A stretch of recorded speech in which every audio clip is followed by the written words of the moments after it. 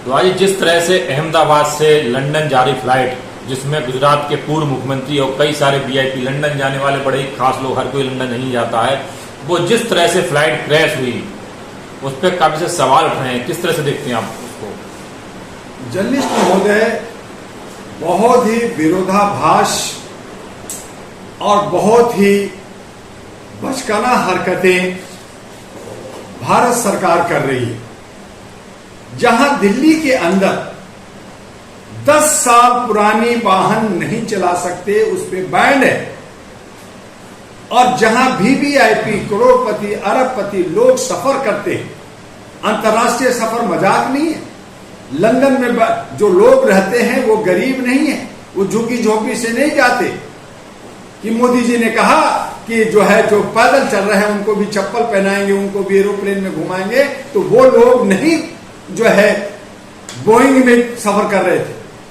232 जो हमारे यात्री थे उसमें 80 के करीब ब्रिटिश, पुर्तगाली, कनाडा के यात्री, और लंदन के और हिंदुस्तान के जो व्यापारी लोग, अरबपति करोड़पति, और हमारे भूतपूर्व चीफ मिनिस्टर गुजरात के सफर कर रहे थे।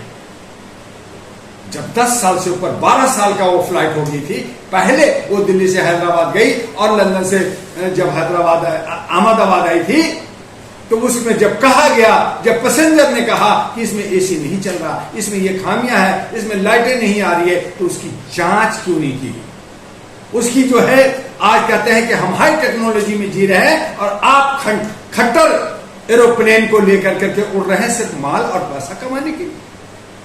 इसमें कहीं ना कहीं टाटा कंपनी का और अडानी का, सबका इसमें रोल है। सबकी जांच होनी चाहिए और इसके लिए ब्रिटिश सरकार भी इसका जिम्मेदार बनता है, इसका अमेरिकन सरकार भी जिम्मेदार बनता है, और सबसे ज्यादा जो सिक्योरिटी हमारा गृह मंत्रालय के हाथ में है, उनको देखना है कि वो क्या हमारी जनता को, क्या हमारे नागरिक को सिक्योरिटी देते हैं। और ऐसी सूरत में हमारे गृह मंत्री स्टेटमेंट देते हैं कि हादसा होता रहता है, हादसा हो रहा है, मणिपुर में हो रहा है, आपका पूना में हो रहा है, आपका अमरनाथ में हो रहा है, हर जगह हादसा हो रहा है, और आप कहते हैं ये हादसा होता रहता है। तो फिर आप गृह मंत्री किस बात का है? आप लोगों की सुरक्षा का जो जिम्मेदारी ले रखा है, जिस पे करोड़ों अरबों रुपया जनता का टैक्स का पैसा खर्चा होता है, वो कहां जा रहा है? सिर्फ घूमने घामने में? या मोदी है तो मुमकिन में कर रहे हैं? तो ऐसा नहीं होगा। इसीलिए इसका मैं भर्त्सना करना चाहता हूं, और साथ में आपके चैनल के माध्यम से जो हमारे लोग मारे गए हैं अहमदाबाद में, पूना में और अन्य जगह में, उनके लिए हमारी दुआ, और अहरा परिवार, कई सारे परिवार वहां पे खत्म हो चुके, उनका पूरा परिवार ही खत्म हो चुका है। सही कह रहे हैं, बिल्कुल सही। इस तरह की ये घटना है या फिर किसी साजिश का हिस्सा है? फार्म हाउस लंदन में एक बड़ा बिजनेसमैन, उनका पूरा परिवार, बच्चे, बीवी, सब इस फ्लाइट में, इस क्रैश में खत्म हो गए। जब पायलट ने बार बार सिग्नल दिया कि साहब हमारा बिल्कुल ये फ्लाइट ऊपर नहीं जा रहा है, इसका इंजन बंद हो रहा है, तो ये कैसे हुआ? ये जांच का विषय है। आज वहां पे हमारे 5 साल जो करोड़ों रुपया खर्च कर करके मेडिकल करते हैं, उसमें प्रोफेसर थे, उसमें एमडी कर रहे थे, वो उनका परिवार खत्म हो गया, डॉक्टर खत्म हो गया। आप वहां पे तत्काल उनको बाहर कर दिया बिना कोई सहारा दिए, ना उनको घर दे रहे हैं, ना उनको सहारा दे रहे हैं। आप उनको निकाल दिया, घेर दिया, ताकि किसी तरह का आपकी खामियां पकड़ा ना जाए। तो ये सब सरकार की नाकामी है, और सरकार इसकी जिम्मेदारी नहीं ले रही है। सरकार को जिम्मेदारी लेनी चाहिए। सुरक्षा का सिक्योरिटी का सरकार के जिम्मा है, और जनता किस पे उंगली उठाए, किससे गुहार मांगे? एक बच्चा जो उसने वीडियो बनाया, उसको भी पुलिस पकड़ के ले गया, तुमने वीडियो क्यों बनाया? अब उसको दूसरा रूप दे रहे हैं कि आतंकवादी का हाथ हो सकता है। तो आपकी सिक्योरिटी कहां थी? आपके अहमदाबाद पे एयरपोर्ट पे क्या कर रही थी? कौन है और कैसे हुआ? जब आप पाकिस्तान घुस करके 9 जगहों को खराब कर बर्बाद कर सकते हो, तब वो 3.5 किलोमीटर अंदर रहता है। यही हमने पहलगांव के बारे में कहा था कि वो 4 मारने वाले किधर गए, कैसे आए, कैसे गए।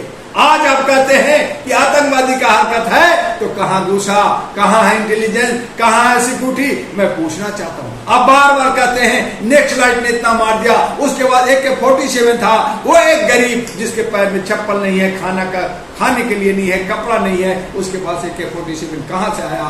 दुआ के पास 2 रुपया है लेकिन रिवॉल्वर नहीं है, तो उसके पास AK-47 कहां से आ गया। ये सवाल है। क्या ये इंटेलेक्चुअल लोग नहीं समझते? ये सबको बुद्धू समझते, सबको जो है अंधभक्त समझते, सबको जो है भेड़ चाल में घुमाने के लिए कि मोमबत्ती जला लो, ताली बजा दो, थाली बजा दो, जो कह रहा हूं वही करते जाओ। तो ऐसा नहीं चलेगा, ये डेमोक्रेसी में नहीं चलेगा, ये संविधान का हनन है। इसमें हमें समानता का अधिकारों को देखना होगा। चाहे बीजेपी की सरकार हो, चाहे किसी की भी सरकार हो, अगर सरकार गलत करती है तो उसका ओपोजिशन, उसका जो है विरोध होना जरूरी है। और ये काम हम लोग बखूबी 40 साल से कर रहे हैं। तो ये जो अहमदाबाद में जो कांड हुआ है, इसके पीछे क्या कुछ है, अगर साजिश है तो साफ जनता को बताइए, इंक्वायरी करके बताइए। लेकिन आप इंक्वायरी भी नहीं करना चाहते।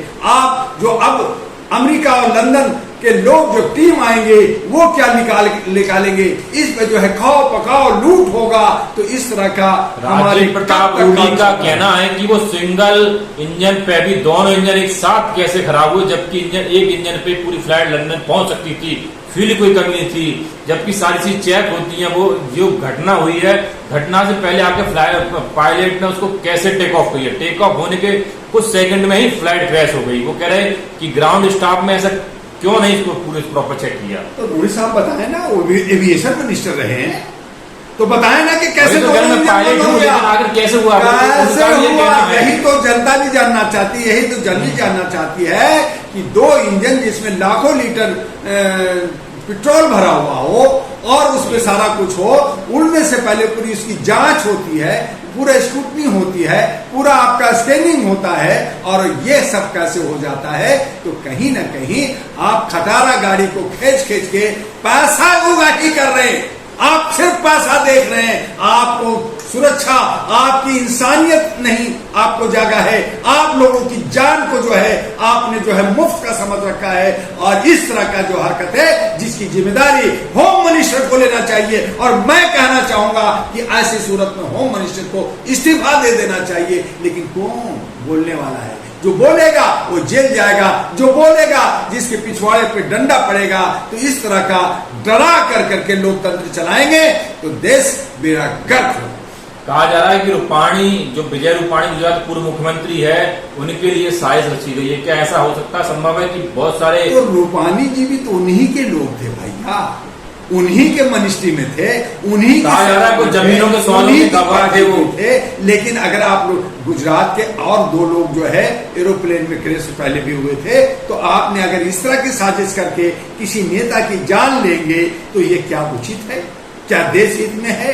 आप बदले की भावना में आप किसी को मारने की साजिश रच कर करके आप राजनेता को मारोगे, कल व्यापारी को मारोगे, परसों जर्नलिस्टों को मारोगे, सामाजिक कार्यकर्ता को मारोगे। तो क्या यही आपकी नीति है? क्या यही राजनीतिक है? क्या इस तरह से देश को चलाओगे? ये सब सवाल उठता है कि देश में सब हारा का, जब समानता की बात करते हैं, सब समान है, सबके लिए एक ही कानून है, सबका रहना सहना, खाना पीना, रोटी कपड़ा मकान, जब समानता और इक्वलिटी की बात है तो आप वीवीआईपी की बात कर रहे हो। तो फिर ये राजतंत्र है या लोकतंत्र है? ये सवाल उठता है।